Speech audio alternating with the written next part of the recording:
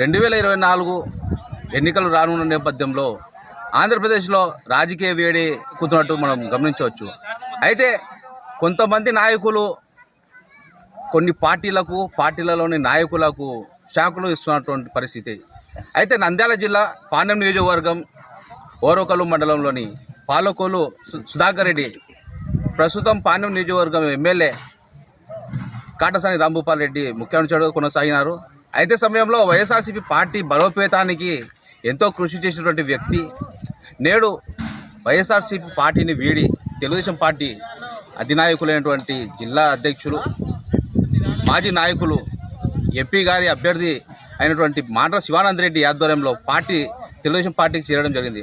అయితే ఇదే అంశానికి సంబంధించి మనతో పాటు పాల్గొన సుధాకర్ రెడ్డి ప్రస్తుతం మనతో పాటు ఉన్నారు.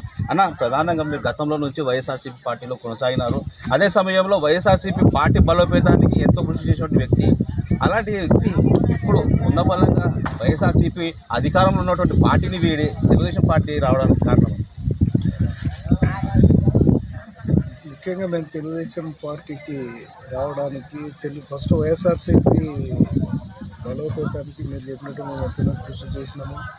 మా మండలంలో మా సొంత నిధులు పెట్టి కూడా జనసేకరణ అయితేనేమి కార్యకర్తలకు అండగా ఉంటూ తెలుగుదేశం పార్టీలో తెలుగుదేశం గవర్నమెంట్ ఉన్నప్పుడు కార్యకర్తలకు అండదండలుగా ఉంటూ మొన్న జరిగిన సార్వత్రిక ఎన్నికలు 2019లో సుమారు 10,000 పైచులకు మా ఒక్క మండలం నుంచే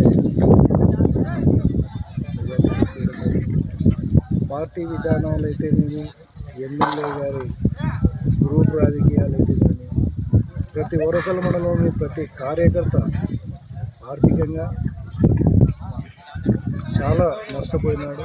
తర్వాత ప్రతి గ్రామం అభివృద్ధిలో చాలా వెనుకబడింది. ప్రభుత్వ పరంగా రావాల్సిన సర్పంచులకు 15 ఫైనాన్స్ అయితేనేమి 14 ఫైనాన్స్ అయితేనేమి జనరల్ ఫండ్స్ అయితేనేమి సెంట్రల్ గవర్నమెంట్ ఇచ్చిన ఫండ్స్ కూడా రాష్ట్ర ప్రభుత్వం దుర్వినియోగం చేసి గ్రామ పంచాయతీ వ్యవస్థను నిర్వీర్యం చేసినందుకు, అలాగే నమ్ముకున్న కార్యకర్త ప్రతి ఒక్క కార్యకర్త మా గవర్నమెంట్ వచ్చిందని ఊర్లో సచివాలయాలు, రోడ్లు, నాడు నేడు దాంట్లో వర్క్ చేసి బిల్లులు రాక ఆస్తులు ఈ పరిస్థితి దాపరించినందుకు ప్రతి ఒక్కరూ వద్దు, ఈ పార్టీ తెలుగుదేశం పార్టీ అయితే డెవలప్మెంట్ జరుగుతుంది అని చెప్పే ముఖ్య ఉద్దేశంతో అందరూ పార్టీ వెళ్ళడం జరిగింది. తెలుగుదేశం పార్టీ నుండి ఏదైనా హామీ తీసుకున్న తర్వాతనే పార్టీ మారడం జరిగింది. ప్రత్యేకంగా మాకు స్వతహాగా హామీలు మేము అడిగినది లేదు, మాకు అవసరం లేదు. నమ్ముకున్న కార్యకర్తలకు న్యాయం చేస్తే అదే చాలు. అది ఒక్క హామీతోనే మేము బయటకు రావడం జరిగింది. అంటే మీలాంటి బలమైన నాయకులు పార్టీ వైఎస్ఆర్సీపీ పార్టీని వీడి తెలుగుదేశం పార్టీలో చేరినారు. అంటే పార్టీ మీద అదే సమయంలో స్థానికంగా నియోజకవర్గం మీద ఎలాంటి ప్రభావం ఉండబోతుంది? ఖచ్చితంగా ఉంటుంది. ఎందుకంటే ఇంతకుముందే చెప్పాము 2019 ఎన్నికల్లో 10,000 పైసలకు మెజార్టీ రావడానికి ఎంతో కృషి చేసినాము. కార్యకర్తలు కూడా మాతో చేయగలిగినారు, మాకు అండదండగా ఉన్నారు.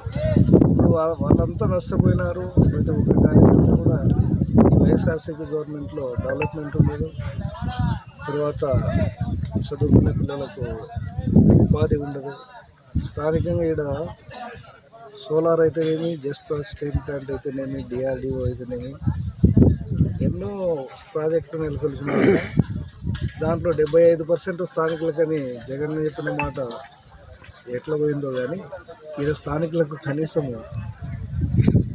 7% కాదు కదా, ఒక 5% ఓన్లీ సెక్యూరిటీ గార్డ్స్కు తప్ప వేరే ఉద్యోగం తీసుకునే పరిస్థితి మా మండలంలో.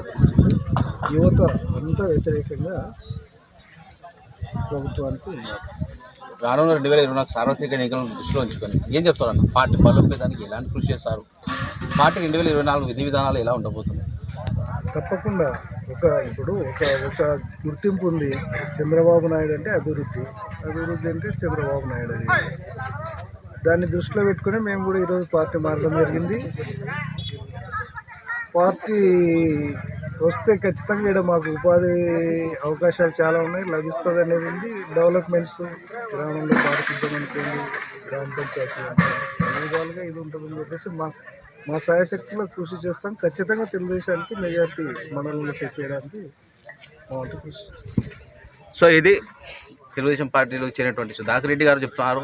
అయితే వైఎస్ఆర్సీపీ ప్రభుత్వంలో ఎలాంటి అభివృద్ధి చెందలేదని, అన్ని అన్యాయాలు అన్యాక్రాంతాలని చెప్తున్నారు.